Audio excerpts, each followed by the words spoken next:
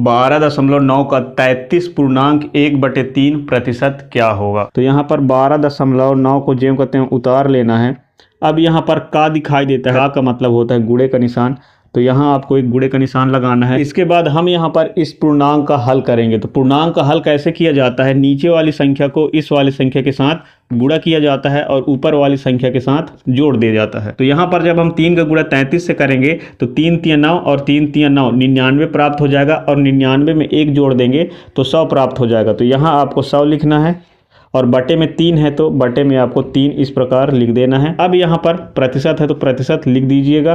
अब यहाँ पर 12.9 है तो यहाँ पर हम पहले दशमलव को हटाएंगे। तो दशमलव जब हटेगा तो ये क्या हो जाएगा 129 और बटे का निशान लगाने के बाद आपको हमेशा यहाँ पर 1 लिखना है। उसके बाद आपको ध्यान देना है दशमलव के इधर जितनी संख्याएं होंगी उतना जीरो आपको यहाँ पर लगा देना है। तो दशमलव की इधर एक संख्या दिखाई दे रहा है तो यहाँ पर हम 1 जीरो लगा देंगे। फिर यहाँ गुणे का निशान है तो गुणे का निशान लगाइएगा और इस 100/3 को आपको नीचे जो कहते हैं उतार देना है। अब यहाँ पे दिया है प्रतिशत, तो प्रतिशत का मान आप सब लोग जानते ही होंगे कि प्रतिशत का मान 1/100 होता है। तो यहाँ आपको गुणे का निशान लगाना है और 1/100 लिखना है।